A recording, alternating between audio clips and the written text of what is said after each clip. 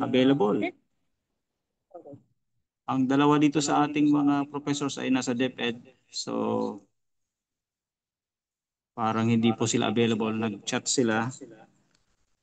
They are preparing for the forthcoming election to be held on May 12, ano? Tomorrow na pala yan. And then yung next, ang schedule po natin ay 7 to 8:30. Since late naman po ang posting ng advisory or yung ating schedule, kaya hindi na-prepare po yung ating mga scholars. Wait lang po at i-mute ko lang tong aking laptop.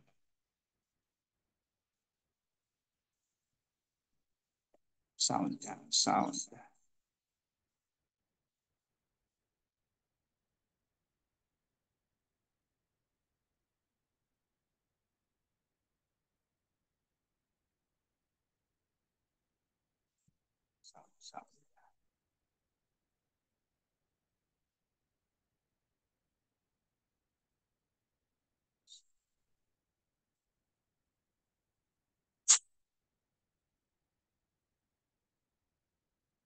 Sorry.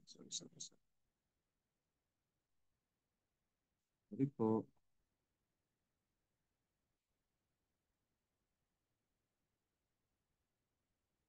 Para.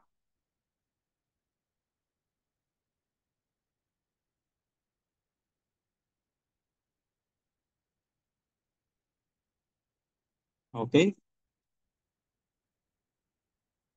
Shall we continue our first meeting? Hello? Hello, Sir Moises. Doc. Doc Rolly, magandang umaga. Good morning, Doc Rolly. Good morning. Go on, Doc. Go on. Good morning, Ma'am Manilyn. Doc Manilyn, good morning. Good morning to Ma'am Perlin Morales.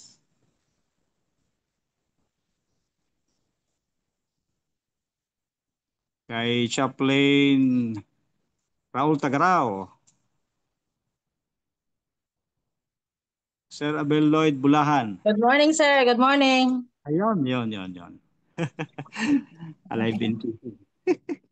Shall we continue our discussion?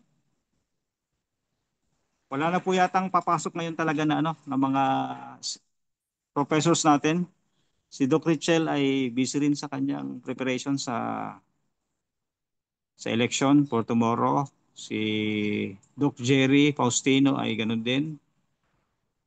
So si Doc Ray naman ay modular na po yung kanyang klase sa digital ministry. Okay, so ako lang po talaga available dito ngayon.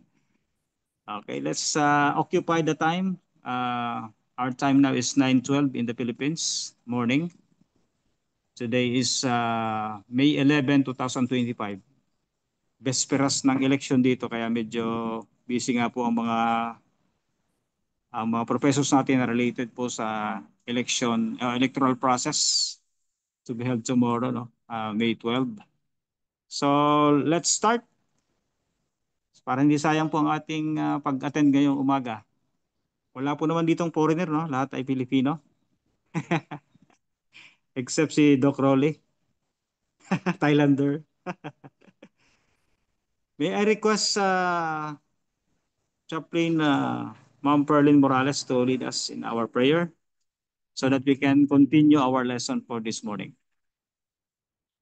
Okay, everyone, let us pray. Most gracious, kind, loving Heavenly Father, Lord, we thank you for this wonderful morning. Thank you for the gift of life. Thank you, Lord, for this time that we are able to study another lessons to make us able to learn from our professor, Sir Arnold Marcaida. Bless us, dear Father. Bless us all. Give us the wisdom that we need so that we can understand every lessons that we are going to tackle this morning. Forgive our sins. In Jesus' name we pray. Amen. Thank you so much, Ma'am Ferlin, for the prayer. Okay? Okay, since wala naman pong ano, no? Wala naman ditong bago. And wala rin ding foreigner dito. Walang foreigner. So, we can continue and discuss properly our first meeting for this subject. I will discuss in Tagalog and English version. Wala naman siguro magko-complain. Wala si Ma'am Geraldine, hindi nakapasok dito, no? Doc Willie Joy, wala rin po. Okay, sige, sige. Mga Pilipino naman lahat na nandito natin. Okay, our school, of course, is still Logos College of Missions and Biblical Studies International, LCMBS.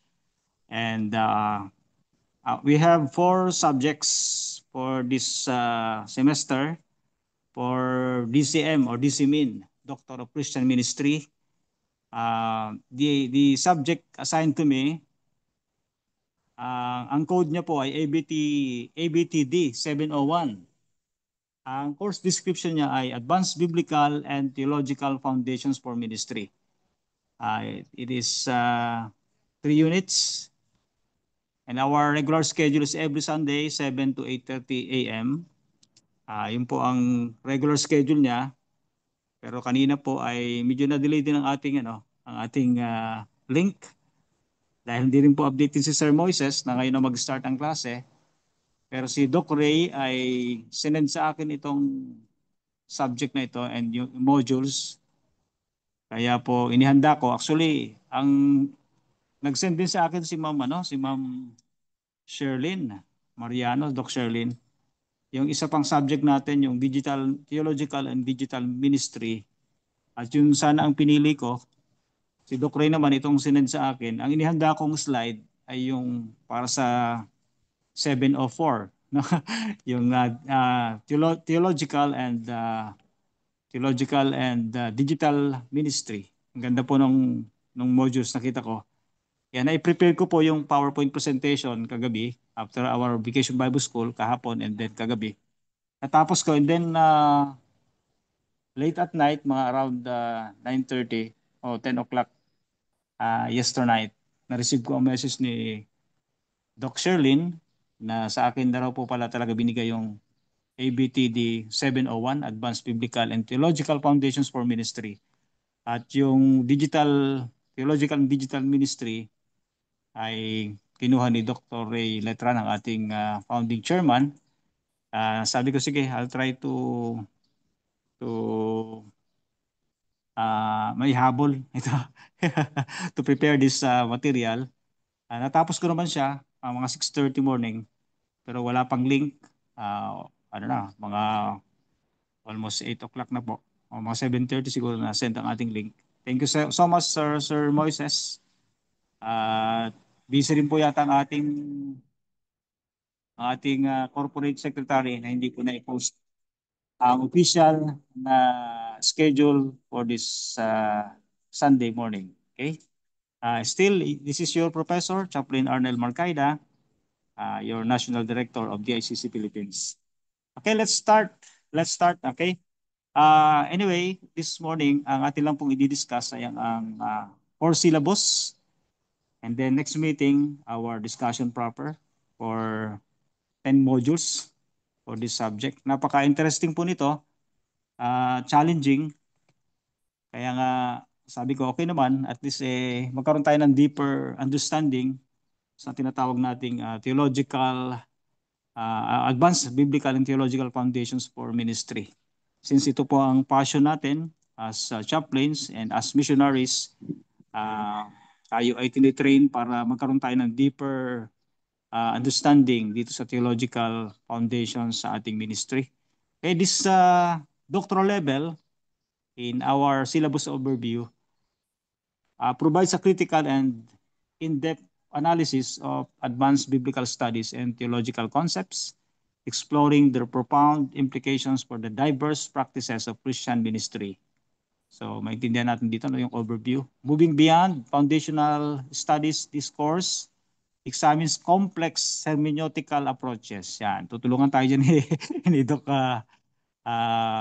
Rowley dito sa mga hermeneutical approaches, advanced theological doctrines and contemporary theological debates relevant to effective ministry, leadership, and practice in various church and para-church settings. Students will be challenged to integrate sophisticated biblical and theological insights with the practical realities and ethical considerations of ministry, fostering a nuanced and well-reasoned foundation for their advanced practice and research. So, nakita natin yung overview po ng ating pong subject. Talaga pong napakaganda at napaka-challenging. And we are so much blessed dito sa LCMBSI dahil kung tayo lang po ay mag-access sa ganitong mga subjects, we have to enroll sa ating mga universities or sa ating sa IAS para maka-access lamang tayo ng ganitong mga subjects. Pero napaka-pricey talaga, no? It takes a lot of money and not just peso but dollars to spend just to access this kind of a very interesting and challenging subject. Okay? Our course objectives: upon successful completion of this course, student will be able to, number one, critically evaluate advanced hermeneutical theories and their application to biblical interpretation for ministry context. Talagang ito na yung mga challenging job dito sa ministry when it comes to ministry concern. Talagang magkakaroon tayo ng critical evaluation and advanced hermeneutical theories, no? Not just theories but application to biblical interpretation for ministry context. So, i-apply talaga po dito yung advanced hermeneutical theories. And then number two, analyze complex theological doctrines and their historical development, relevance and implications for contemporary ministry. So, ito yun. So, yung mga complex theological doctrines, marami ngayon ang nagkakagulo sa social media, di ba? Iba't iba ang interpretation nila sa mga particular teachings, sa mga biblical passages. That's the reason why napakarami ang group of believers o religion or denominational sekta ng pananampalataya just because of their interpretation, no? Diverse interpretations in biblical passages. So we need to understand and analyze, no, theological doctrines and yung historical development, the relevance and implications for contemporary ministry. So contemporary meaning in our modern times, no? How to apply theological doctrines and historical development and its relevance when it comes to contemporary setting sa ating kapanahonan. And then number three, may I request Sir Lloyd, Abel Lloyd Bulahan to read the course objective number 3. Ising pa ba si Sir Lloyd? Sir Lloyd Bulahan. Nagkita kami ito first time sa sa Tagum. Hi, good morning to Ma'am Geraldine and Doc Willie Joy. Humawid. Good morning. Good morning po. Nakabalik na ba kayo? Sa Doc Willie, nakabalik na kayo sa Thailand? Yeah, only me right now. We are back to Thailand now. Okay. Yes. So, are you still alive, Sir Abel Lloyd Bulahan? I can read. Sige. Okay. Go ahead. Ma'am Geraldine? Okay. The number 3, engage truly with significant temporary theological debates, impacting Christian through and thought and practices. Okay, thank you so much, Ma'am Geraldine. Number 3, let's engage thoughtfully with significant contemporary theological debates, no, impacting Christian thought and practice. So we need to understand, and of course, we are going to involve and listen or watch different debates, no? So that we can understand both sides, kung ano ba yung kanilang yung mga basis nila, yung kanilang understanding do sa mga passages o biblical texts. Bakit merong different understanding at yun ay pinaglalaban nila, no? Pinaglalaban nila. Okay, number 4, integrate sophisticated biblical and theological insights into practical ministry, leadership, and decision making. So in this course, so in this subject, we should integrate sophisticated biblical and theological insights into practical ministry, leadership, and decision making. So narito yung we have integration of biblical, not just biblical, but biblical and theological, no? Sophisticated biblical and theological insights in our practical ministry and leadership, and including our decision making. So number 5, may I request Sir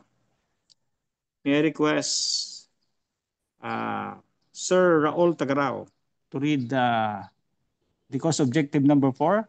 Are you still there, Sir Raul? Yes, Doc. Good morning. Good morning too. Medyo laksan nyo lang po konti. Kindly make it loud and clear. Okay.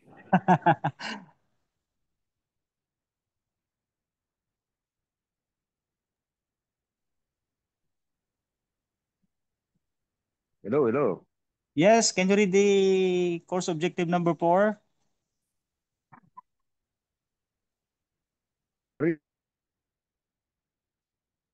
Ay, number 5, I mean.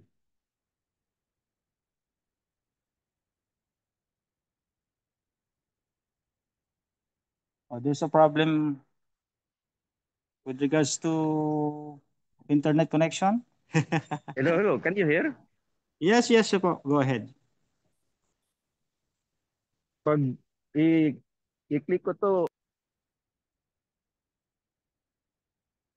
Number 5 po, number 5. number 5, pag basahin ko ang ang number 5, hindi kayo makarinig, no? Kasi Sige po. cellphone lang ginamit ko. Ay, basahin niyo na po. Basahin niyo. Narinig po namin kayo. Hindi niyo marinig pala. Ano Hindi niyo po? marinig. I-back niyo. I-back niyo po. Oh,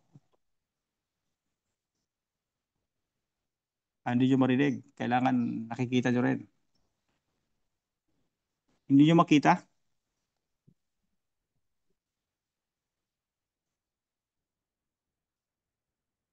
hello, hindi ko makita yung slide. Sige po, sige po.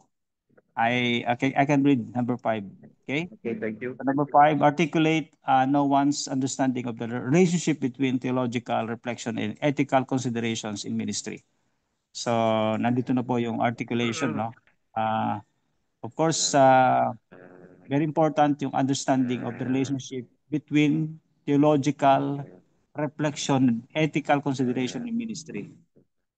Let's consider in our ministry, let's consider the proper understanding and also the relationship between theological reflection, not just understanding of theological meaning of the passages, but the reflection how to apply in our lives yung message, no? And also the ethical consideration in ministry. Okay, next, okay, number 6, critically assess the influence of various theological perspectives on different models and approaches to Christian ministry. Take note the word critically assess, no? So not just reading the theological perspective, but also critically assess the influence, no? So hindi lahat ng binabasa natin ay tinatanggap natin. So we need to apply critical analysis. We need to assess, no? Assess carefully, no? The various theological perspective on different models and approaches to Christian ministry. So, sa iba't ibang setting, in different denominations, we, we have particular theological perspective in different issues or passages of the Bible. So number 7, to develop a deeper understanding of the theological foundations for specific areas of ministry. Example, pastoral care, yan, yung mga tinuturo ni Pastor Doc Rolly. Preaching, discipleship, and mission. So we studied already previously, but in this subject, we need to level up now sa ating understanding about pastoral care, preaching, discipleship, mission. Example lang po yon, but we have so many things to be learned, no, dito sa ating subject sa advanced studies, no. And then number 8, engage in constructive theological dialogue and critic with diverse perspective. So we need to engage not in destructive but constructive theological dialogue. And of course, maging ano tayo, critic with diverse perspective, no? So sa mga different presentations, we need to ask questions so that we can understand fully uh, what they are talking about. Kung ano man yung kanilang pinaglalaban ng mga theological perspective, dapat ay ma-cross-examine natin.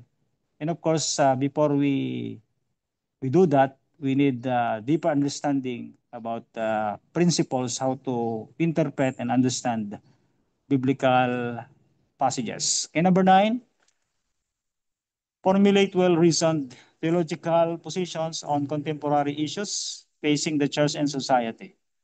So after critically assessment, or after the critical assessment, and of course constructive theological dialogue, and then yung criticism in diverse perspective, we can come up with to formulate well-reasoned theological positions on contemporary issues Hello. facing the society. So makaka-formulate tayo ng mga well-reasoned theological positions. Even in our denomination, we have many theologians, we have many Bible scholars. Sometimes they debate or argue with their different perspective, but after all, after na makapag-usap sila ng maayos, i-apply lahat ng mga principles, how to understand the passages, din yung mga principles sa hermeneutics, they come up in they unite in one theological perspective. So number 10, articulate the ongoing relevance and authority of Scripture and Christian tradition for advanced ministry practice and research. Of course, it is very important in our study.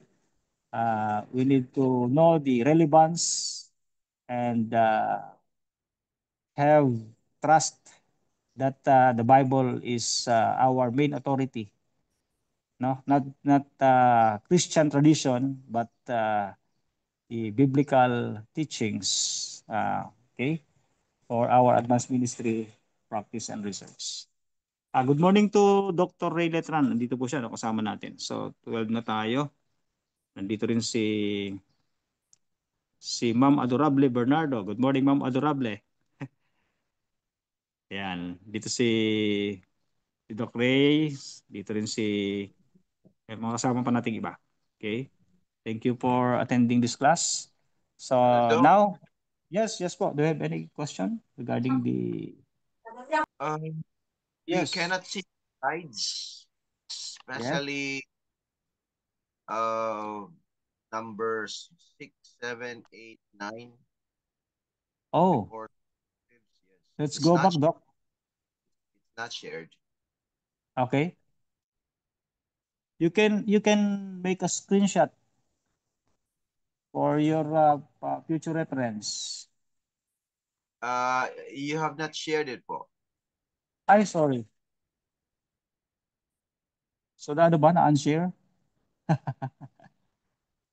Sorry, Doc.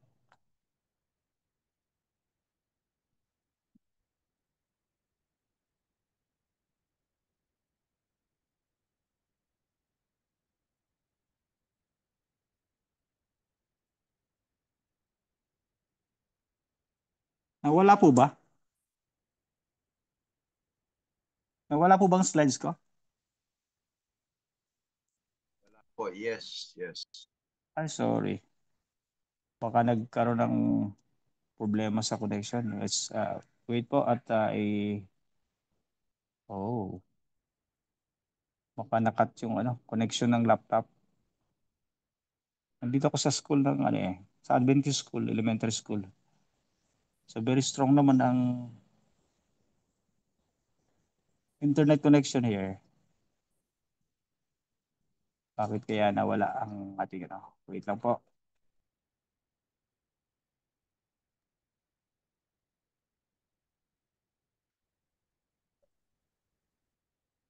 Nawala siya. Wait lang po Let's have a break for a few minutes and I will reconnect my PowerPoint presentation.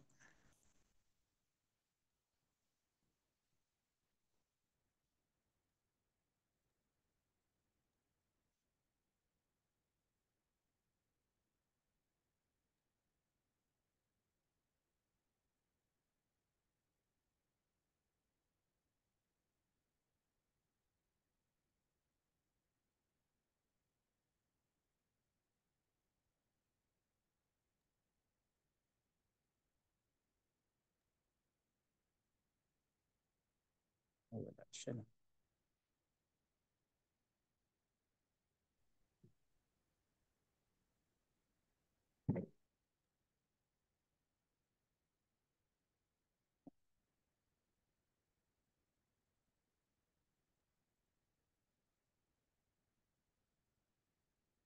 Enjoy. Stop.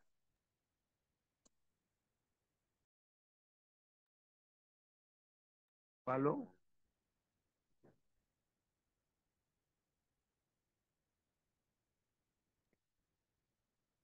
Wait lang po, i-reconnect ko lang po ang laptop.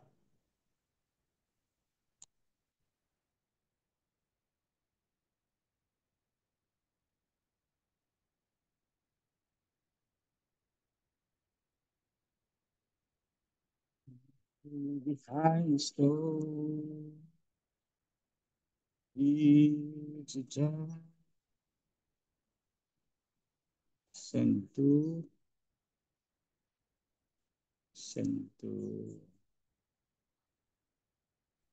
oh, sorry.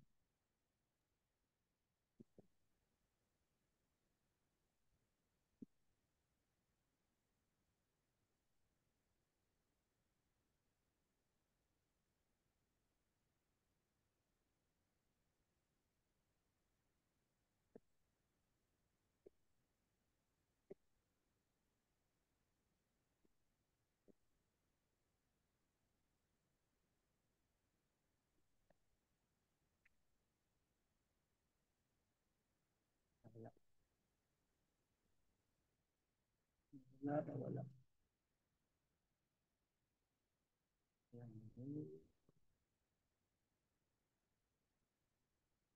You took the fall.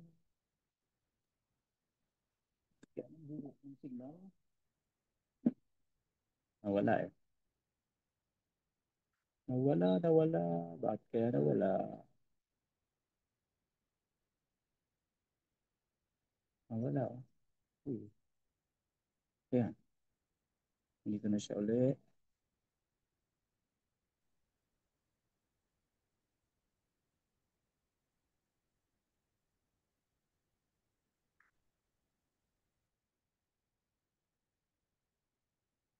Nawala.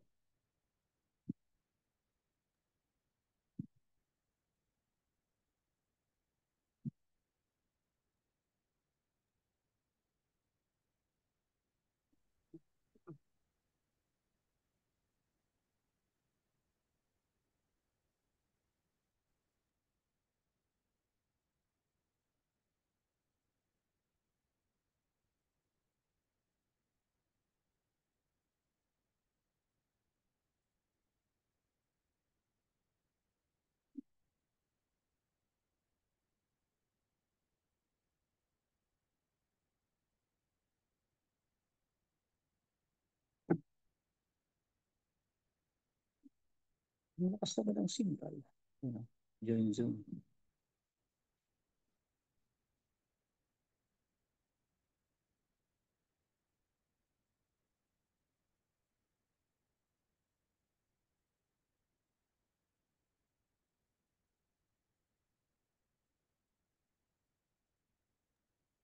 Lunch meeting. Lunch meeting. Okay.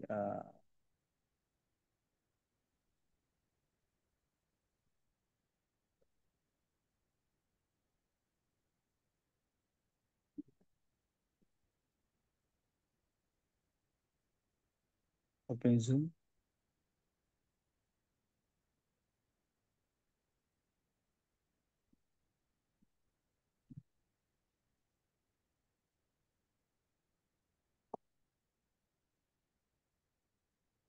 Yeah, ayaw masok.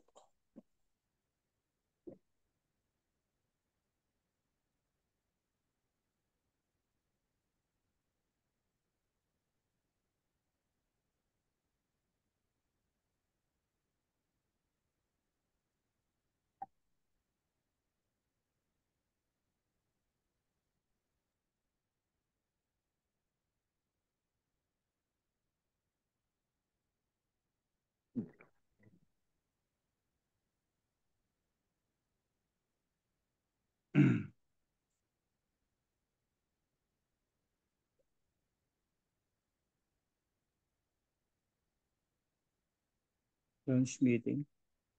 Wala. Open Zoom meeting.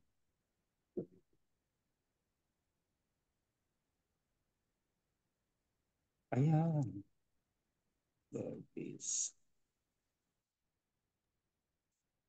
Join meeting. Sign up.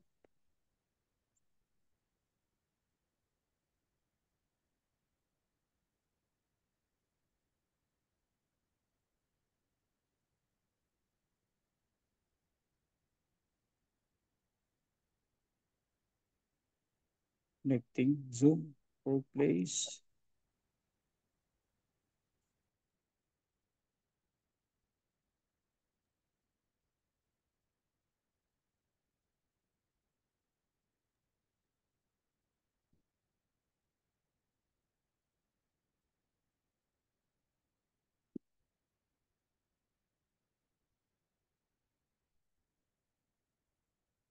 Sus.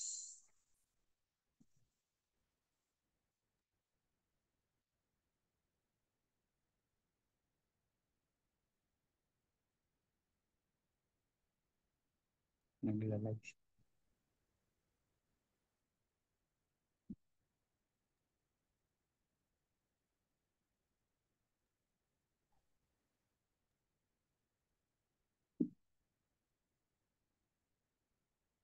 Ayun na.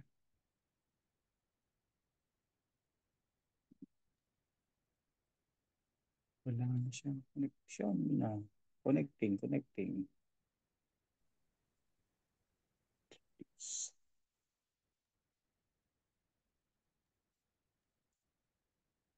Naglalag ba? Kaya na. Connecting.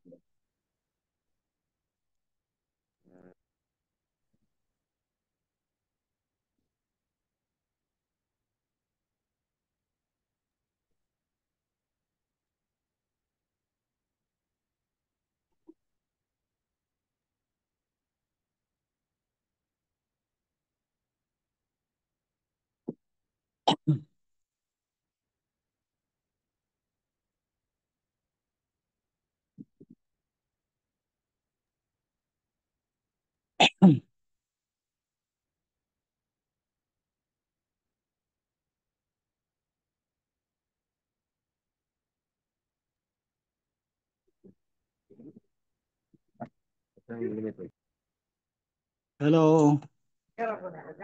Can I continue? May ano? May laptop unable to connect to my internet. So can I continue?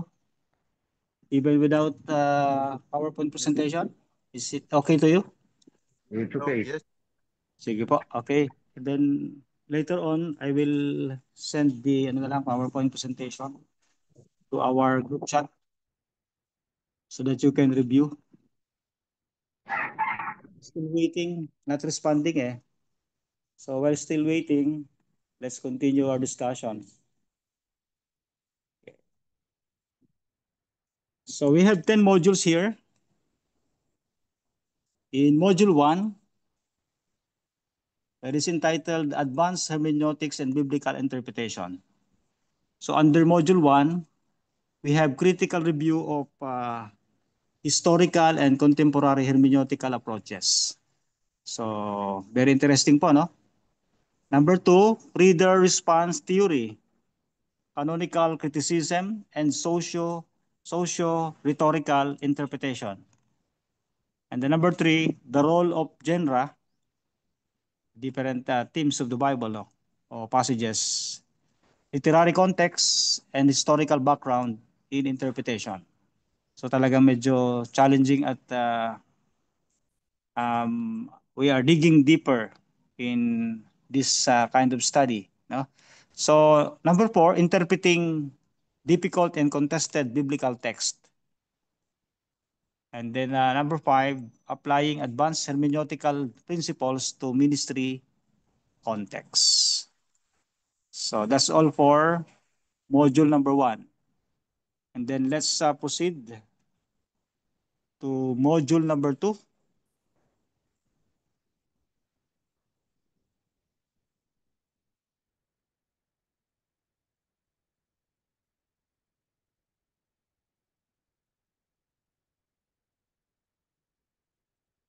Let's proceed to module number 2.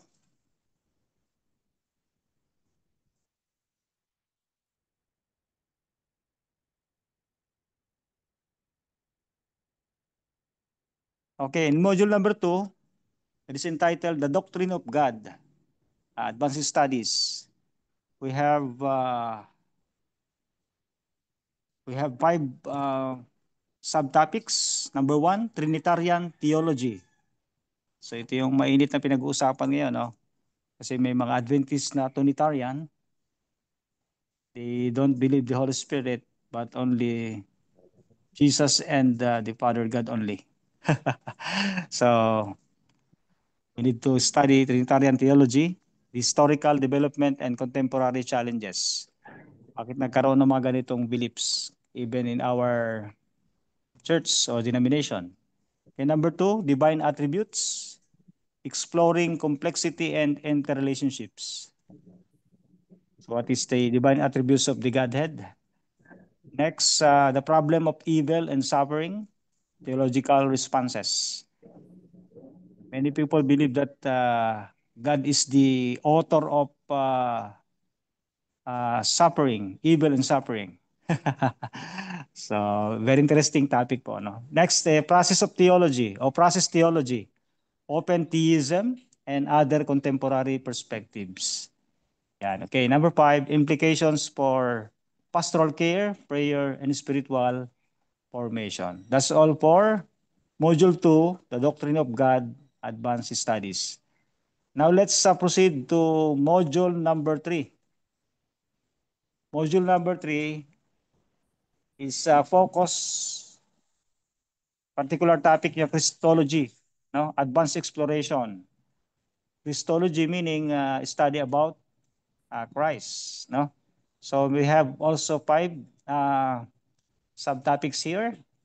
The historical development of Christological doctrines, Chalcedon and beyond. And the number 2, contemporary Christological debates.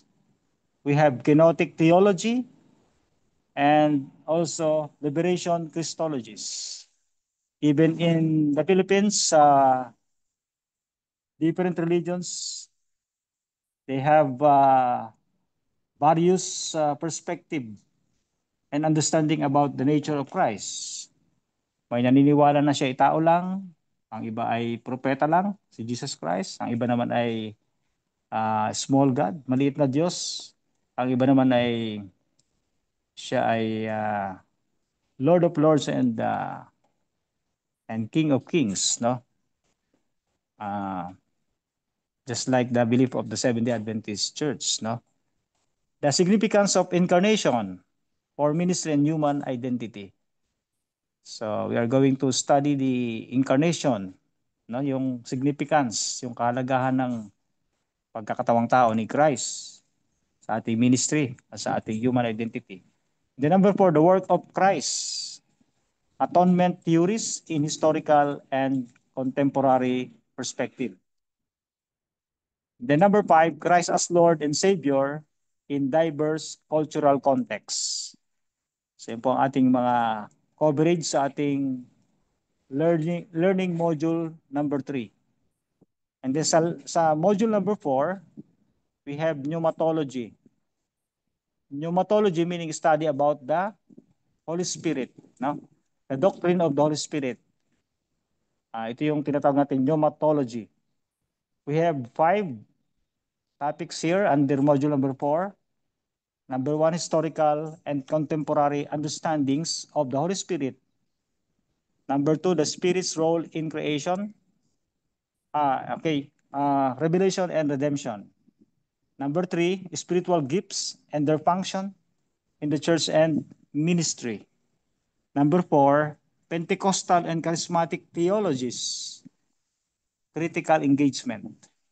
And number 5, the Spirit and spiritual formation for Christian leaders. That's all for module number 4. And then let's proceed to module number 5. It is entitled Theological Anthropology. Anthropology meaning study about nature of man. Anthropos meaning human, no? Humanity. Advanced perspective on human nature. So anthropology. We have 4 subtopic here. Number 1 is the Imago Dei. Interpretations and implications for human dignity and worth. Okay, pag-aralan natin dito yung halaga ng tao. Siya ba ay galing lamang sa hayop o galing talaga sa imahe ng Panginoon? So imago meaning image, no? DA means God, the image of God. The implications, interpretations for human dignity and worth. Kasi ang our worth and dignity based on kung saan ba tayo nanggaling, no? Our origin. Saan ba tayo nagmula? So, doon nabibuild up kung ano ba ang worth natin, yung value natin, yung halaga natin, kung saan tayo nanggaling. Kung tayo galing sa hayop, so mababa yung masyado yung ating value. But if we know that we were created in the image of God, so makita natin yung value natin. So, okay? Sin and its consequences. This is number 2 under module number 5 in theological anthropology. Sin and its consequences. Kasalanan at yung mga naging bunga nito. Individual and systematic dimensions, yung sa pang-isahan at saka yung systematic dimension, yung sa kalahatan na epekto ng kasalanan. And then number 3, human freedom and divine sovereignty. Yung freedom of choice na binigay sa atin ng Panginoon at yung kapangyarihan at pangangasiwa ng Diyos sa atin. Okay? Number 4, gender, sexuality, and theological anthropology. Isa po ito sa very hot na issue, controversial issues during our modern times. Itong gender, sexuality. At siyempre, to have a deeper understanding and proper perspective, we need to consult what we call the theological anthropology. Saan ba talaga tayo nang galing? Ano ba talaga ang ating description ng lalaki ng tao, ng Diyos ang tao? Ano ba ang kanyang nilikha? Meron bang third sex? May third party ba? May third sex ba? Tingnan natin ang Okay? Next, mga kapatid, module number 6. It is focus in ecclesiology. It is advanced studies of the church. Ecclesiology, meaning from the word ecclesia, meaning church, no? Church. came out from darkness. Ecclesiology, meaning study about church. Ecclesia, meaning church, no? Then logi, meaning study about the church. But we are focusing not just studying about church, but advanced studies about church. Okay? Parang nag-open itong ay, parang go-open na yung PowerPoint dito. Gusto na yata mag-connect. Okay, nawala. Okay.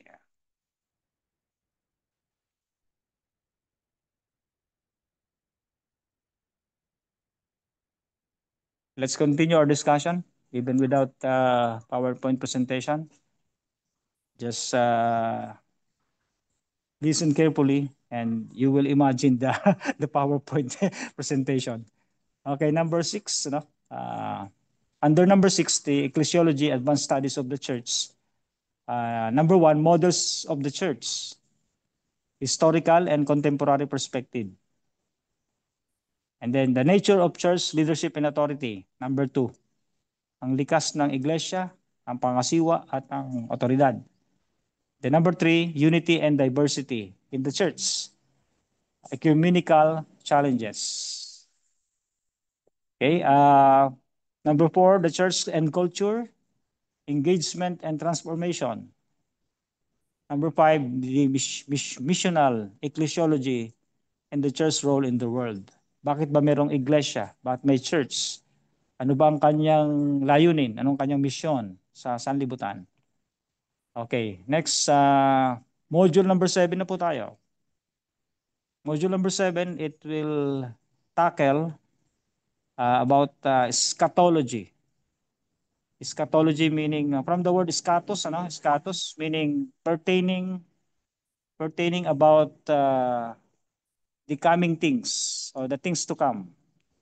Eschatology meaning it pertains about the last day events. Yung mga happenings, yung mga mangyayari sa huling panahon. So, eschatology. Study about the last day events. Okay? Advanced understanding of last things. Dito sa pag-aaral po natin sa Module 7, mapag-aralan po natin ang advanced, no, deeper understanding about last day events, about eschatology. Okay? So we have 5 subtopics here. Number 1, historical and contemporary views of the afterlife. Yung bang pag namatay, ano bang meron pagka namatay ang tao? About judgment, about resurrection, paghatol, paghukom, anong mangyayari sa tao pag namatay na siya, life after death, and then is there hope beyond the grave, about the resurrection. Okay, number 2, the kingdom of God, ang kaharian ng Diyos. Present and future dimension, yung kalagayan ng kingdom of God, the situation of the kingdom of God in this present generation and also in future dimension. Okay? And the number 3, millennialism. Yan. It's hard to pronounce. Millennialism meaning millennium meaning 1,000. Millennium meaning 1,000. And then yung millennium meaning 1,000 years, no? So millennialism, ibig sabihin ito, it is all about the study about the 1,000 years vacation, no? Mentioned in the book of Revelation, chapter 20, and other eschatological frameworks. It is relevant to study, brethren, the relevance of the vacation during the millennium or 1,000 years. What is the eschatological frameworks? Kailan to magsisimula? Kailan to matatapos? Anong mga nakapaloob dito ng mga relevant events? No? What is included here? Okay, number 4, the relationship between eschatological hope and present ministry. Ano ba ang what is the relationship between eschatological, yung last day, yung last things yung last day events. What if its relevance with regards to our hope and present ministry? Nakakatulong ba ang ating eschatological hope sa ating ministry? Okay, nandyan po yan, relationship, no? And then number 5, engaging with secular and postmodern perspectives on the future. Yan po ang last sa module number 7, study about eschatology, scatos or last things. Next module, let's proceed to module number 8. Module number 8,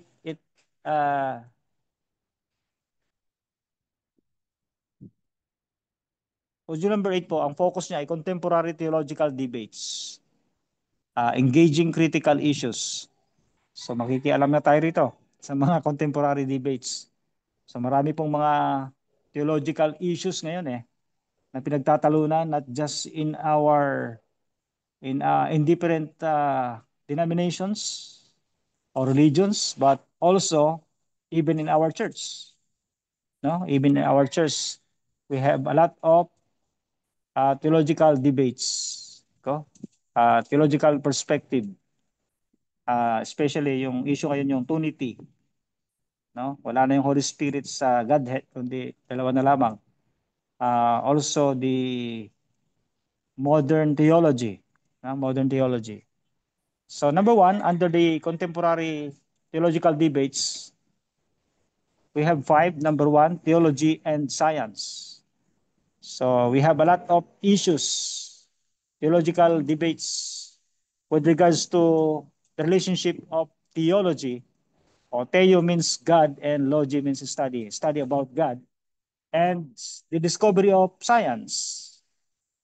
Okay, we will study about this topic, dialogue and points of tension.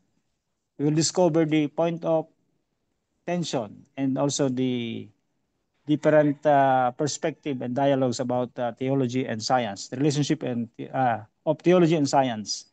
How we can reconcile these two matters. Okay, next, number 2, postmodernism and its impact on theological thought. Postmodernism meaning after modernism, and its impact on theological thought.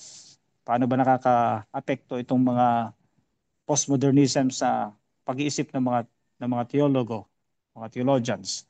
Okay, number 3, liberation theologies about feminist, about Black, Latin American, etc. So yung liberation theologies, ano po? So pag-aralan po natin yan kasi nagkaroon po ng prejudice between black and white color of the skin, di ba? So nagkaroon po ng historically speaking, we have a lot of issues in our past history regarding the color of the skin, the treatment. No? This is what we call the prejudice between yung tinatawag natin racism. Parang pag puti ka, angat ka. Kapag ka black, sabi nila ay iba na ng kanyang pagtingin. Pero sa history natin ay naging pantay ang pagtingin sa anumang kulay ng balat ng tao. So environmental theology, number 4, and the care of creation. Environmental theology and the care of creation. So it involves our stewardship. Environmental issue po ito. So anong relationship na sa theology ng ating kapaligiran, ating environment? Paano natin pangalagaan to? Saan ba nanggaling itong mga creations na to? So of course sa creation, no? Itong mga nilikha ng Diyos, how to care, no? Paano natin alagaan ito para masustain? And then number 5, the intersection of theology and social justice movements. So palaging connected dito sa mga social issues, ang tinatawag natin na theological ethics. Okay? Theological intervention. Okay? Module number 8 po yon. Okay? Number 9 na po tayo. Number 9, theology and ethics in ministry practice. Yan ang focus ng ating module number 9, Theology and Ethics in Ministry Practice. Okay, we have 5 subtopics here. Number 1, the relationship between theological convictions and ethical decision making. Okay, so number 2 is virtue ethics, deontology, and consequentialism from a theological perspective. So medyo ating i-discover tong mga terminologies na ito during our proper discussion. Number 3, ethical issues in pastoral care, leadership and communication. These 3 are very important in study about theology and ethics. No? And number 4, developing a theological framework for ethical ministry practice. So may tinatawag tayo na ethics, no, sa ministry. Pastoral ethics, yan. Paano natin ititreat ang ating mga pastoral team? Paano natin sila pakikitunguhan? So, yun. Paano tayo makitungo sa ating mga kapatiran? So, meron tinatawag na ethical ministry practice. May ethics po yan na sinusunod para maging maayos ang lahat. Okay? According to God's order. Number 5, case studies in theological ethics in ministry context. Yan po ang, that's all for module number 9. And then module number 10. The last part sa ating module 1 to 10 sa subject na ito. Module number 10, it is entitled Integrating Biblical and Theological Foundations for Advanced Ministry. So, in this module, we should integrate the biblical and theological foundations for our advanced ministry. And then we have 5 subtopics here: synthesizing key biblical and theological insights for effective ministry. Okay, number 2, developing a personal theological framework for ministry leadership. Number 3, applying theological reflection to specific ministry challenges and opportunities. Number 4, the ongoing importance of theological formation for lifelong ministry. So number 5, researching and contributing to theological discourse in ministry context. Okay, that's all for module 1 to 10. Now let's proceed to the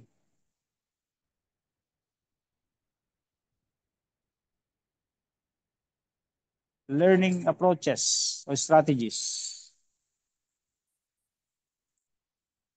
Okay. Okay, this course will employ advanced pedagogical approaches to foster critical thinking and theological integration, including number 1, interactive seminars, in-depth discussions and critical analysis of theological texts and scholarly articles. Number 2, advanced lectures, presenting complex theological concepts and historical development. Okay, number 3, theological inquiry projects, engaging in focused research and analysis of specific biblical or theological topics. So, magkakaroon po tayo ng mga research work sa subject na ito. So, tinatawag na theological inquiry projects. So, mag-focus tayo sa research and analysis of specific biblical and theological topics, especially yung mga theological issues. Okay? So, next number, debates and dialogue, exploring diverse theological viewpoints and fostering respectful engagement. So, magkakaroon tayo, manonood tayo, mag-observe tayo ng mga debates and dialogue sa YouTube, sa social media.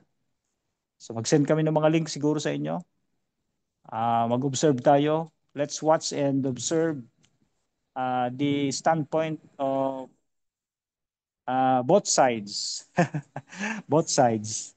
Dun sa, anong tawag doon? Affirmative and negative sa mga debaters with regards to biblical and theological issues. And the next case study analysis, applying theological principles to real world ministry scenarios. And last, student presentations, sharing research finding and theological insights with peers. So ito po yung magiging counterpart ng ating mga scholars dito sa ating pong subject. And this assessment po, how to assess learning in this subject. We have here, listed here. Number 1 is critical book reviews, 2 papers, 30% in-depth analysis and evaluation of significant works in biblical studies or theology. The number 2, theological inquiry project paper, 35% a substantial research paper exploring a specific advanced biblical or theological topic relevant to ministry.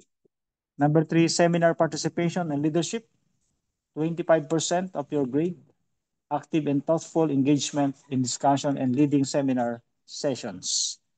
And number 4, response papers to contemporary theological debates, 2 papers, 10% of your grade, critical analysis and theological engagement with contemporary theological issues. So ito yung tentative proposal pa lang for to how to assess your learning in this subject. But we will give you an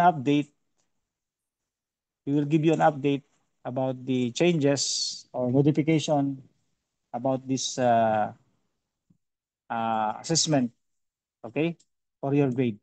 So our grading system, hindi nyo makita na po.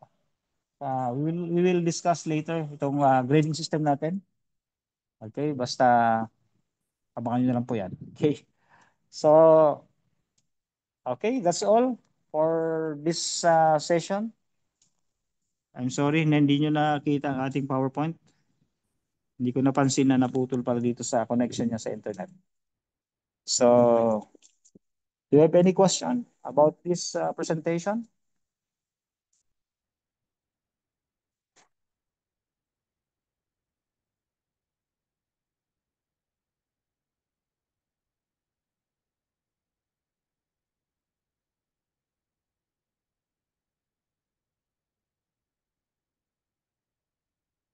Kung wala na po ay tayo po ay magpaalam na. Manalagi na tayo. May we request Doc Ray? Doc Ray, do you have any important matters to say or discuss in this subject? Dr. Ray. Hello, everyone. Good morning. Yes, good morning, Doc. How many of us are here? We have 9. Okay, we are 9. Maybe some are very busy with the coming elections. And tomorrow is already election day. And our teachers are preparing for the elections. And some in other provinces are already shopping because they have already received their down payment for their votes tomorrow. I have heard that the cost per vote in one town is 5,000 per vote. So if you are 5 in the family who are all registered voters, so you will enjoy 25,000. And some of the candidates are even catching up to 7,000. Those who cannot decide are raising their price up to 7,000. So whoever gets their prize gets their vote. Because the reason is that it is only the time that they can earn from the government's funds during election time. So that is why in some municipalities, he who has the gold rules. That is the golden rule in winning the politics. He who has the gold rules. And in some areas, it's still fridges, guns, goons, and gold.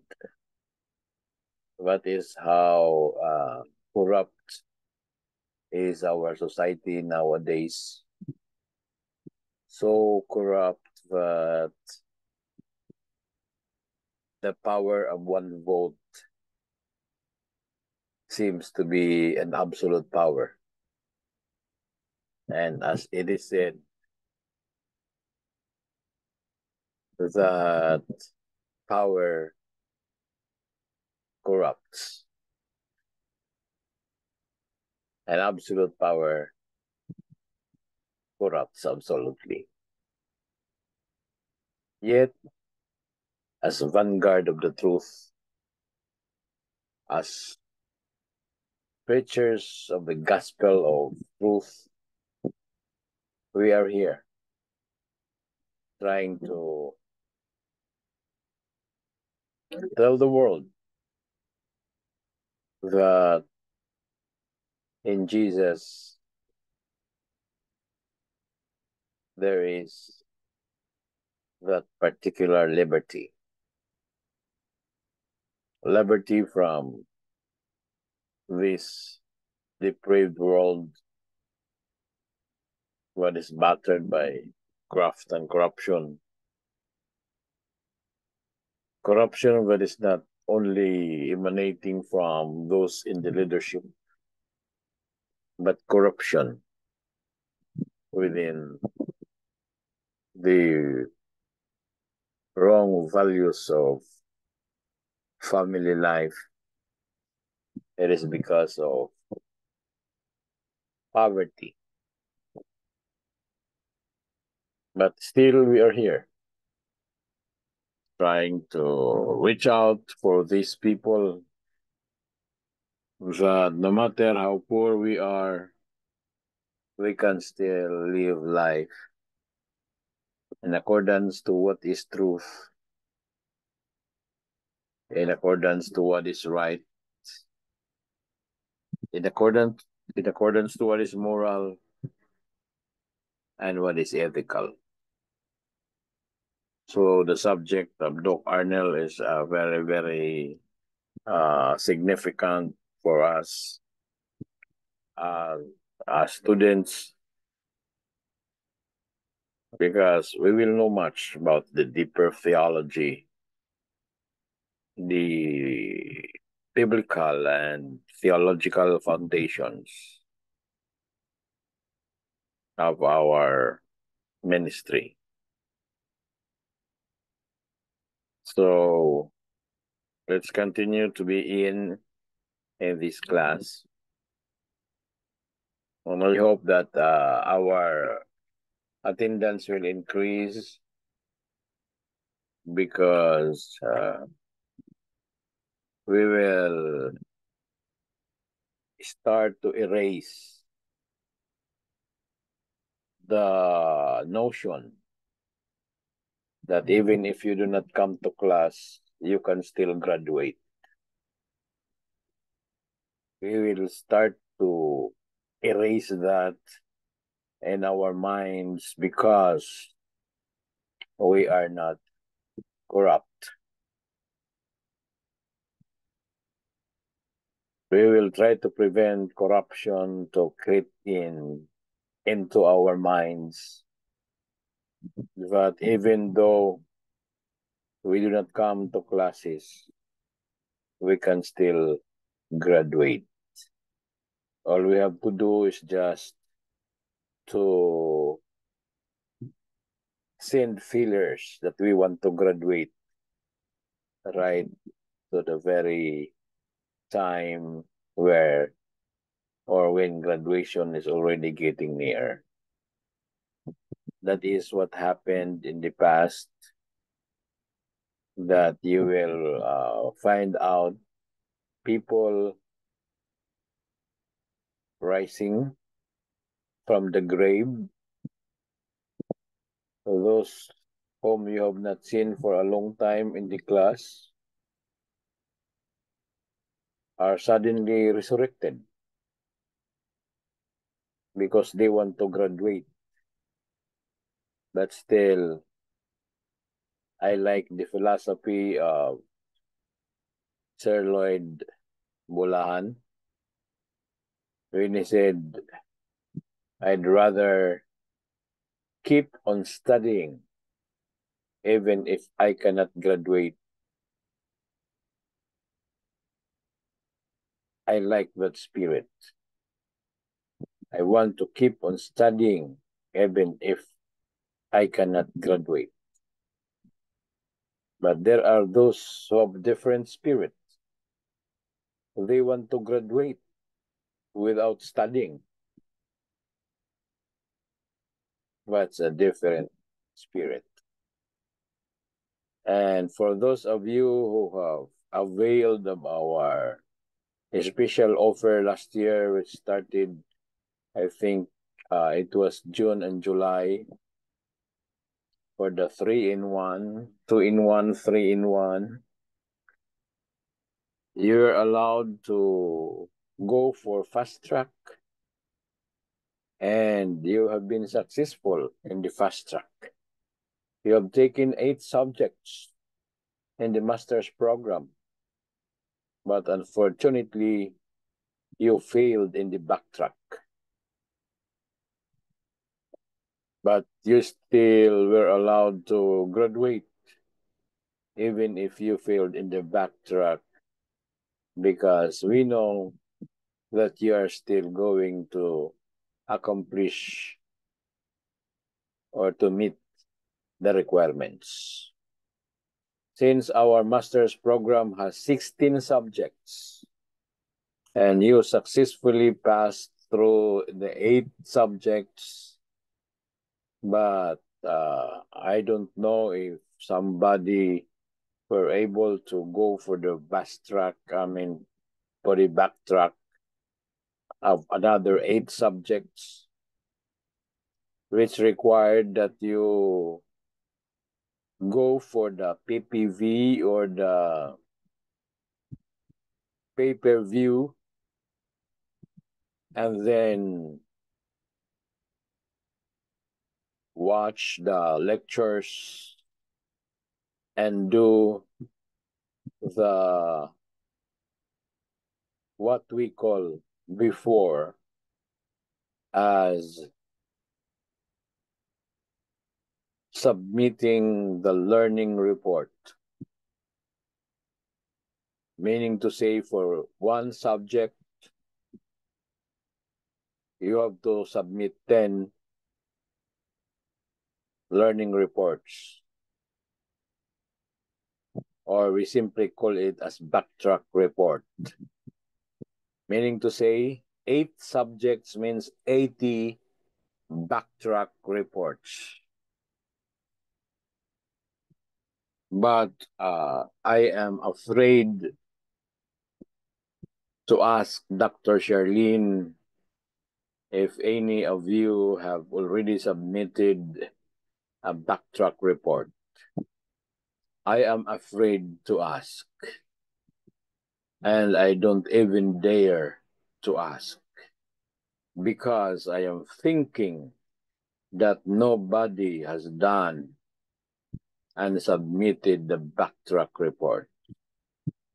Nevertheless, I designed 4 master subjects offered this trimester, in order to remedy the situation, because it is disheartening to indeed do some 80 backtrack reports.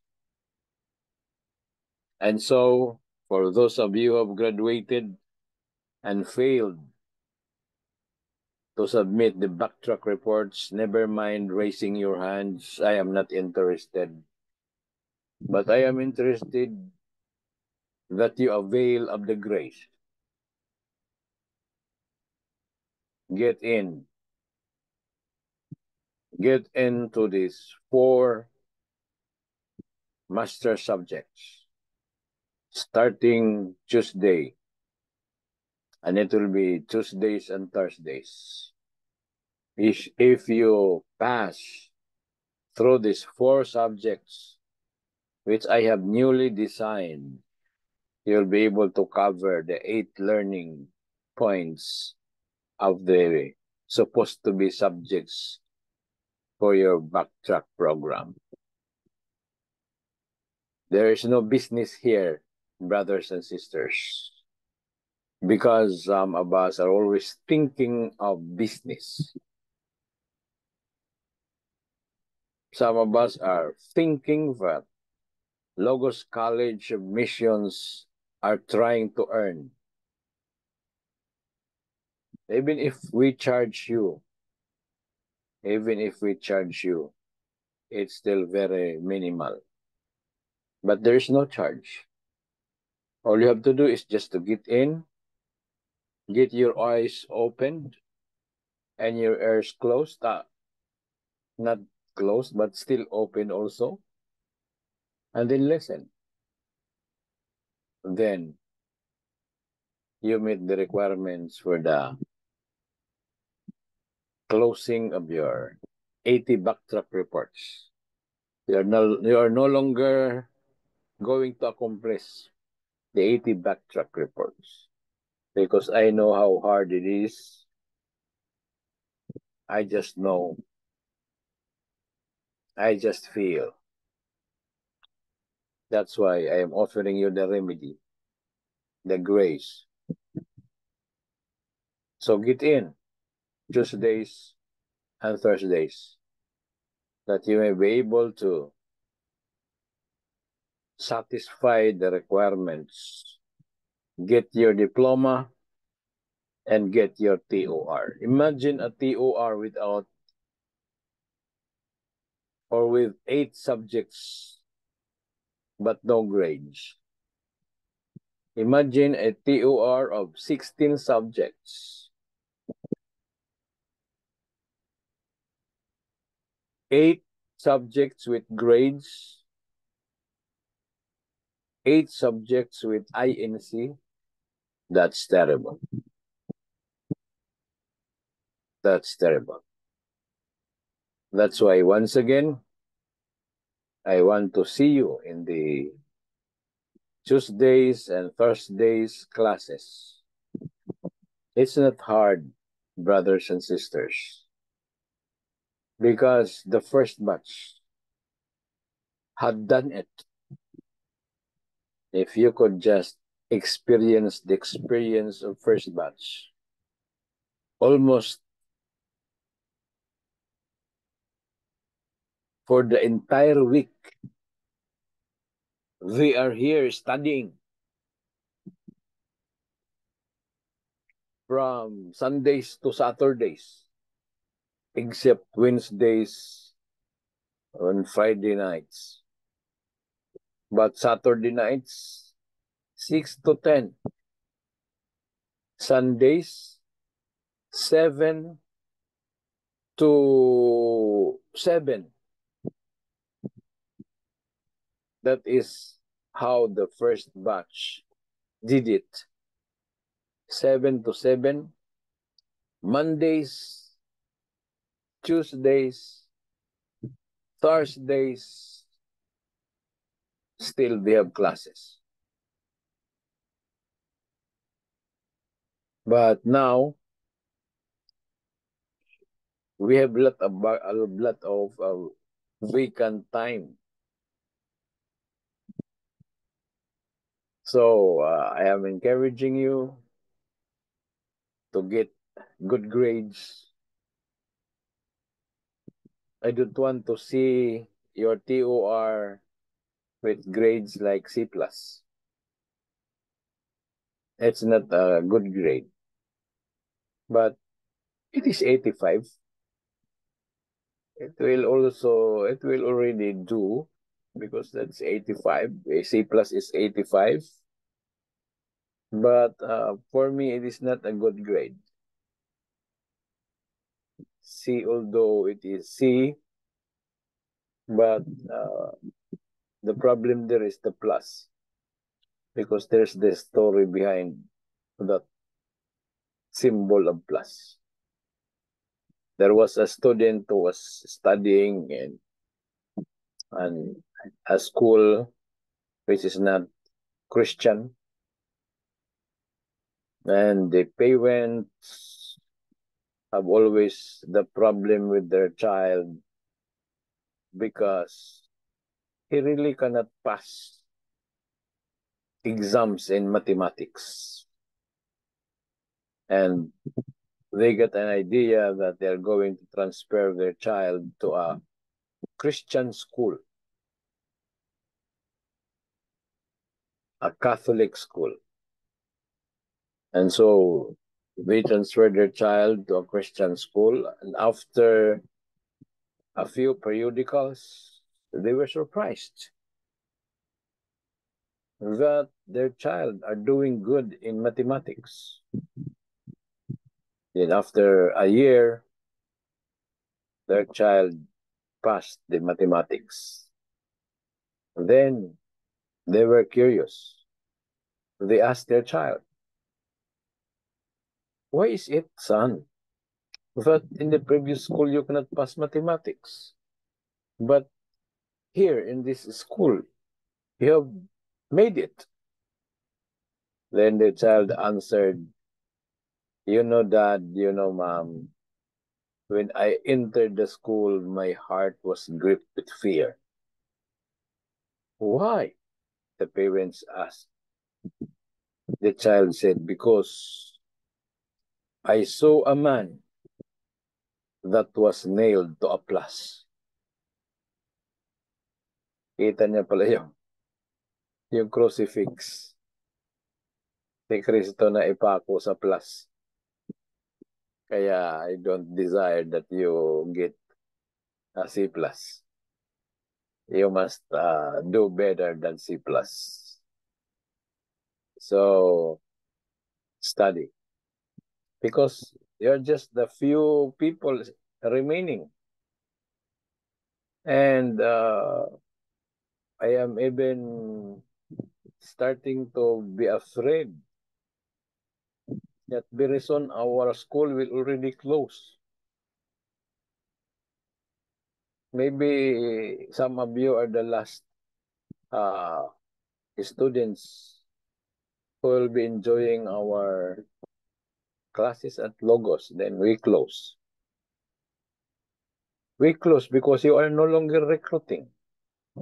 The first batch and second batch did the recruitment of students.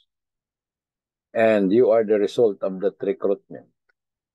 But you, the new generation, are no longer doing that. You are just availing of our scholarship. You are just availing of our program. But you are not doing anything. That there will be another batches of people like you studying, as what the first and second batch did, and you are the result. But you're not doing anything. That's why we don't have enrollees, new enrollees. So if that is the trend, that means to say very soon our school will already close. That's why you do very good, because after you, there will be no longer will come after you. Because after you availed of this scholarship, after you availed of the very good things, no one can follow you. Why? Because you are not extending. You're not extending the invitation to others. You are just satisfied that you avail of what is good, but you are not sharing what is good to others, that others may come after you. I remember of that song, uh, uh, it's already at the tip of my tongue. Something like footprints. I have the melody, but I could not remember the lyrics. If any of you can help me remember the lyrics, but the melody goes like this: da da da da da da da da da da da da. Da da da da da da da da da da. I cannot really remember the lyrics, just the melody. Da da da da da da. There is on the ferry, the great in melody of happiness. And none is in this world. Find us faithful. Yes, find us faithful. Yeah. So maybe those who do not want to invite others cannot remember also the lyrics. Okay, so hopefully our school will not close because Ma'am Geraldine is coming. She will be graduating with her doctorate, and she will be teaching with us. Are you willing, Ma'am Geraldine, to teach?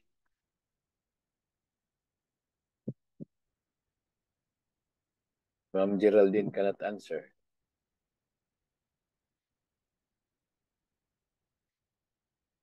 Because it's really hard to teach here in Logos when everyone is philanthropic. Doc Ray, can I say something? Yes. Doc Ray, it's not that we are, from our side, I will say that it's not that we are not recruiting. We are trying our best. And I can say my husband, everywhere he goes, every church, he talks about Logos and he's inviting people to join. However, some of the people, they're just asking, oh, this school, what is the accreditation, like this, like that, because those people want to be very smart. And some of them, they just like, oh, like this, like that. We want names. You know, when we went to the Philippines last week, I tried to apply in our schools and I put in my CV about Logos. And they said, and they told me, but what is this Logos school? What is the accreditation? Because they said, our school, even in an Adventist school, they said, our school, we have to report to this and this and that, and they will ask for the accreditations of the schools because we are controlled and reviewed our workers. And good enough, in that school I apply, there is your nephew, one of your nephew is there. And he say, oh yeah, I know this school, it's my uncle's school.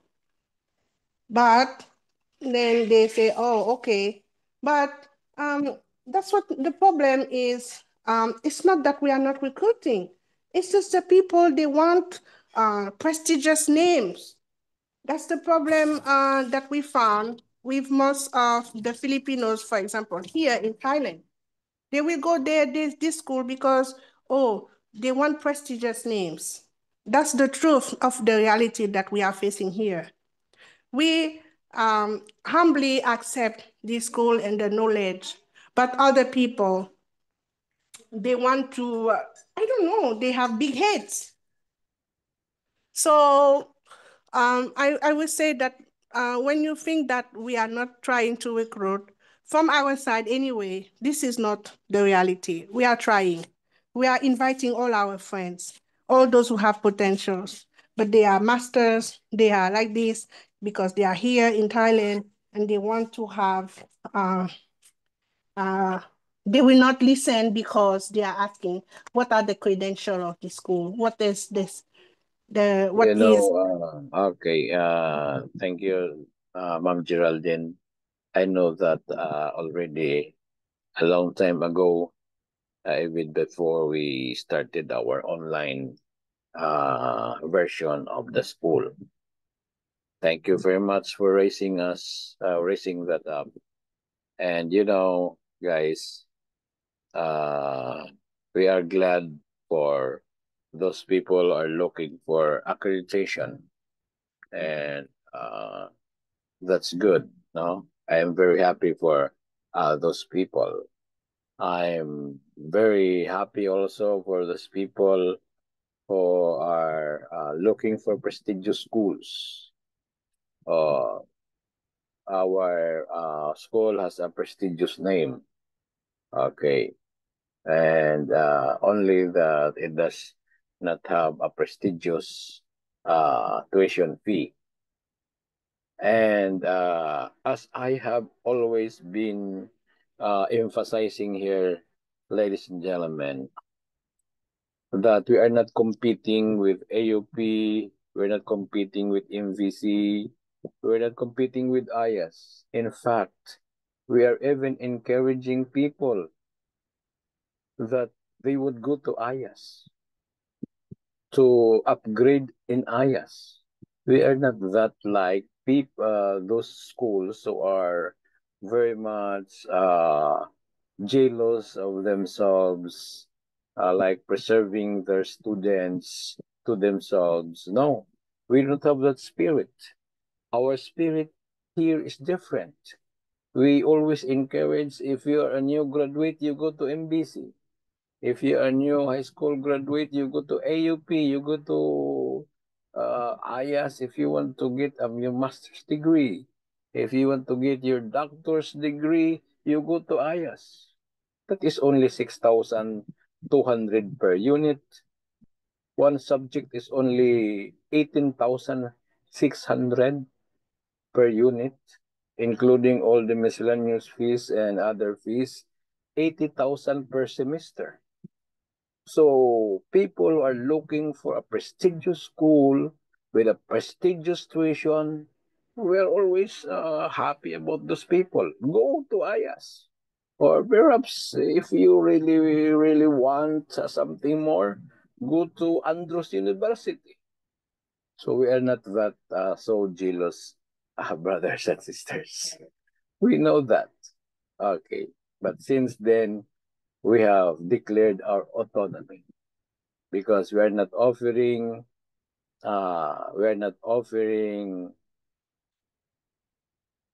courses that is for employment purposes. We are only offering courses for personal ministry. So those who are interested to learn for their professional advancement, you are welcome to Logos College of Missions. It's something to be studying for professional advancement, and it is another thing to be studying in order to get promoted and to get far advanced in our educational employment. So again, we have declared our autonomy, our autonomous status by virtue of the law, that if you are only offering theological courses And if you will get your diploma and TOR, you will have that autonomous declaration attached into your paper that we are operating independently and with autonomy because of our religious status. We do not need accreditation nor recognition from the government because we are separated by virtue of the separation of church and state. But if we are offering, soon we might be offering Master of Arts in Values education. That will be the time that we need recognition from the government. When we begin to offer academic courses other than theological courses or biblical studies, then we will seek for the recognition of the government.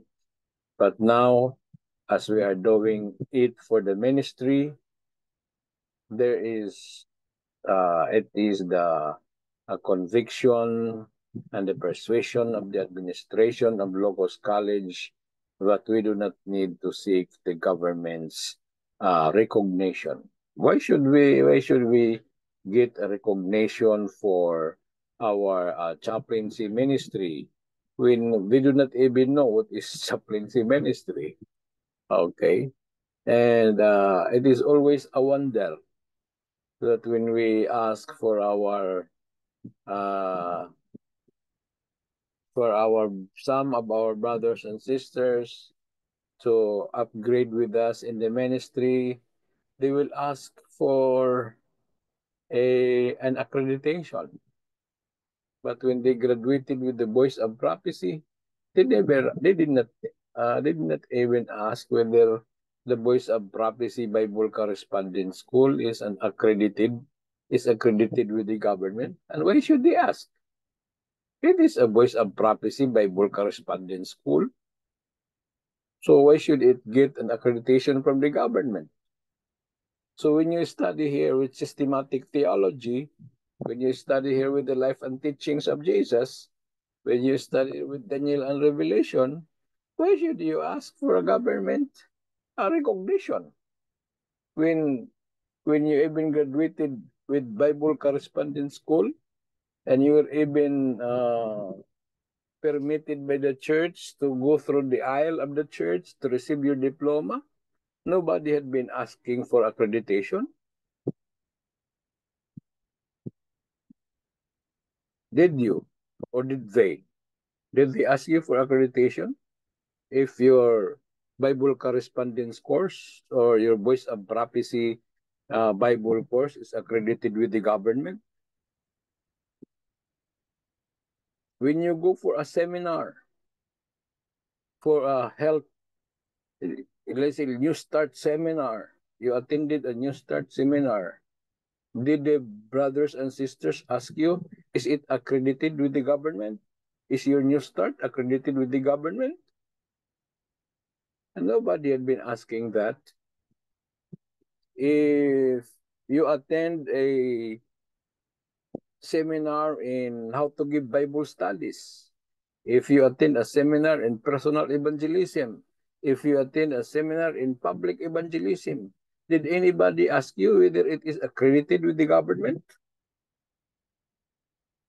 When you attended a seminar in Daniel and Revelation, when you attended a seminar in, say for example, a symposium in LGT or the Last Generation Theology, did those who attend the seminar on pneumatology ask the organizer, are you accredited with the government?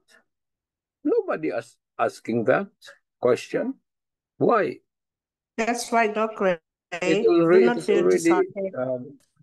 is already more an academic that ministerial courses or upgraded one do not need such a government recognition.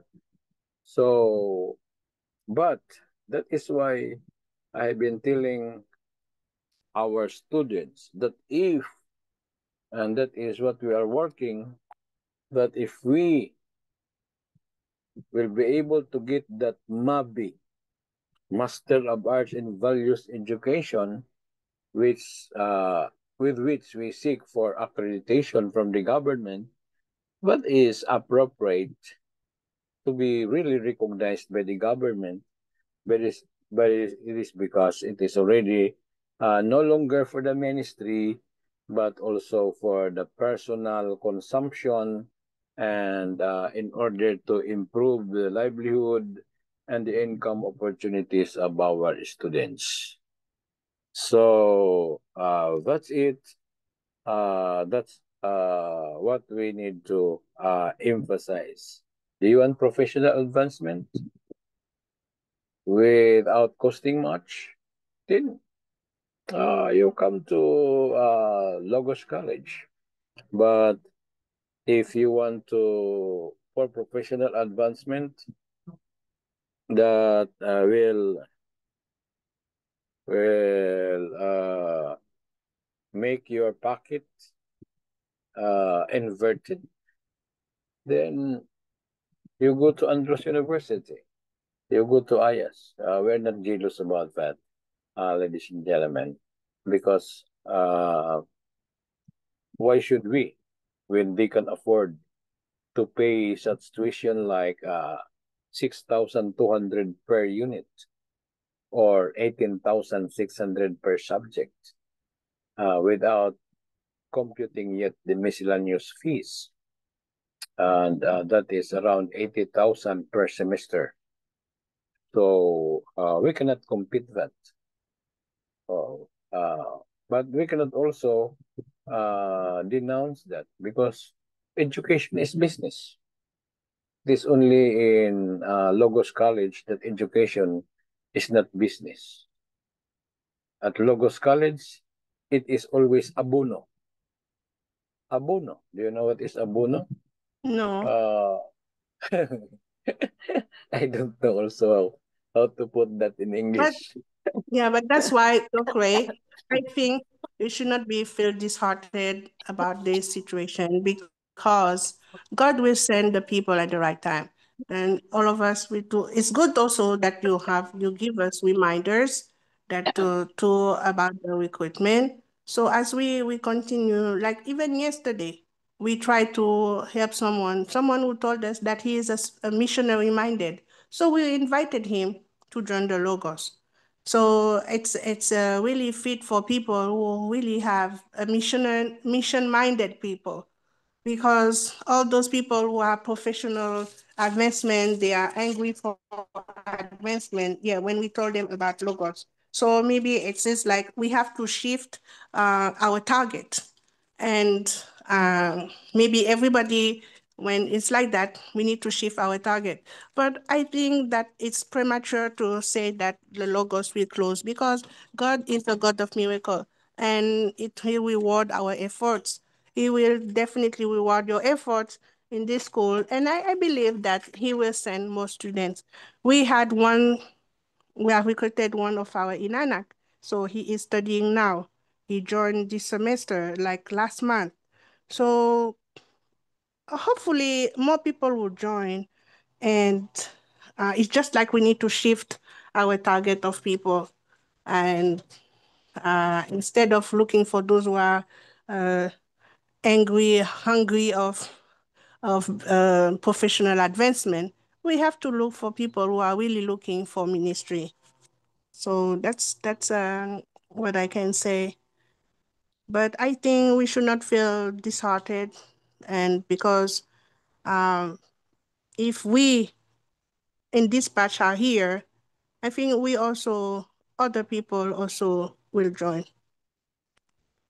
Okay, thank you very much, Ma'am Geraldine. I'm just pointing out that because even those who are already enrolled are not going into classes. So, napakahirap it's really very hard. But I hear some of our professors say, I don't know how to speak it right in English, but according to that professor, para bagang tayo ang nagmamakaawa na pumasok sila, no? Tayo pa yung nagsasakripisyo, pero para bagang tayo pa yung nagmamakaawa na pumasok sila. So I don't know how to express it in English. Maybe it's something like this.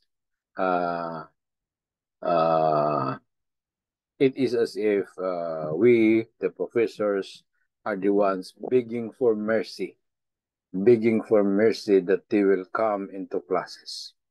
Well, my response is always something like this. That always happens when the course are almost free, because there is no such thing as something like an equity on their part. Anyway, let's because this is not our work. Actually, we are just being used by God, as long as He can use us in this particular endeavor. As far as we are still available, we'll just do our part, and I hope that our professors will not get tired of doing good. Some have already quit, and also those like before, our professors were a little bit concerned about their time, and two professors have already applied to us in order to teach, but when they know that our one is very good in Hebrew and Greek in Aramaic, but when he found out that this is philanthropic, he backed out from his desire to teach at Logos. Then another professor, which is related to me by my wife, and also interested to teach, but when he knew that our professor are philanthropic, he also backed out. Well, no hard feelings for them, but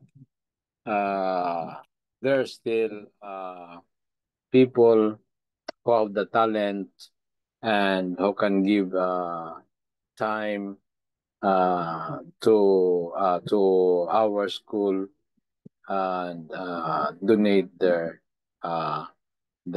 time for the Lord in order to share with others. Okay, so thank you very much, guys. And some of our professors, two of our professors are fully engaged in the government institution, and another in government school, and they are tied up with the election, what do you call this, event or process. So they cannot be with us this time. So since election is already tomorrow, and I'm sure that on the next Sunday, they can be with us. Okay, so guys, thank you very much. And since I was asked by Dr. Arnel to do the closing prayer, then I will do the closing prayer in order to close our classes. And by the way, one of our subjects here, the doctorate level, is already available in full modular approach. I was encouraged to do this because one prospective student in Iloilo asked if there is an available module or if there is a modular approach because he is busy and he cannot have much of his time spent in going to classes. So he prefers the modular approach.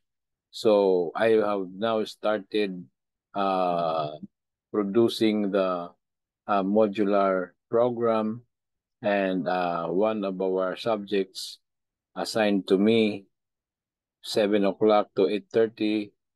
We're not going to hold actual classes, but it will be full modular. I have already uploaded the first modular lessons, and it is available at the theological and digital ministry group chat, no? The TD, the T, what do you call this? TDMD 704. Okay, if you are not yet in that GC, ask your classmates to be added into that GC. Shall we pray? Our Heavenly Father, we thank you so much for being with us all throughout the week, and another week has begun. And we thank you for this opportunity of advancing our knowledge, learning more, and developing skills in order to become more effective in advancing the cause of your kingdom.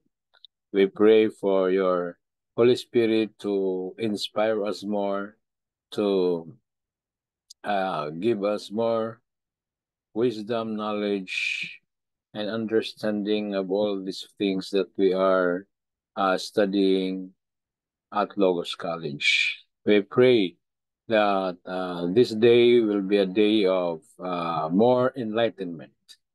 Bless also our undergraduate students who will be meeting this afternoon, and may you inspire them to learn more. You'll open their minds that they will become empowered to do the ministry. Forgive us, dear Lord, of all our sins, clean us from all of our unrighteousness, and wash us with the power of the blood of Jesus. Purify our hearts, our minds, and once again accept us as your forgiven children. Thank you for answering our prayers. This we ask in the loving name of our Lord and Savior Jesus Christ. Amen. God bless you guys, and thank you very much for coming. See you next Sunday. Thank you, Doc. Thank you, Doc. Okay, thank you very much, Doc Ray. Please add your name for we will make a special group chat for the subject code ABTD 701, Advanced Biblical and Theological Foundations for Ministry. And I will send the PowerPoint presented earlier. If you create another subject this time, I suggest that it will be under a course code, so that because we have already managed so many JSs, so that you'll not be confused whether it is a doctoral subject. So you can use the course code, and you will find out that our course code, if it ends with letter D, that means it is a doctoral subject. If it ends with letter M, that is a masteral subject. And if it is ending with letter B, that is at the bachelor's level. Thank you very much. Okay, Doc. Okay, Doc. Clear. Okay, okay. Doc, Sir Moises, it's your turn. Thank you for coming, guys. Thank you for attending this class. Thank you, Doc. Kenneth. Thank you, Doc. Please remind your undergrad invitees to attend at 1 o'clock for their regular classes. God bless. God bless. Yes, Sir Moises, you may close now the door. The link. End ko na po ang Zoom. Yes po. Thank you, Doc. Thank you, Sir Moses. Hello, Doc.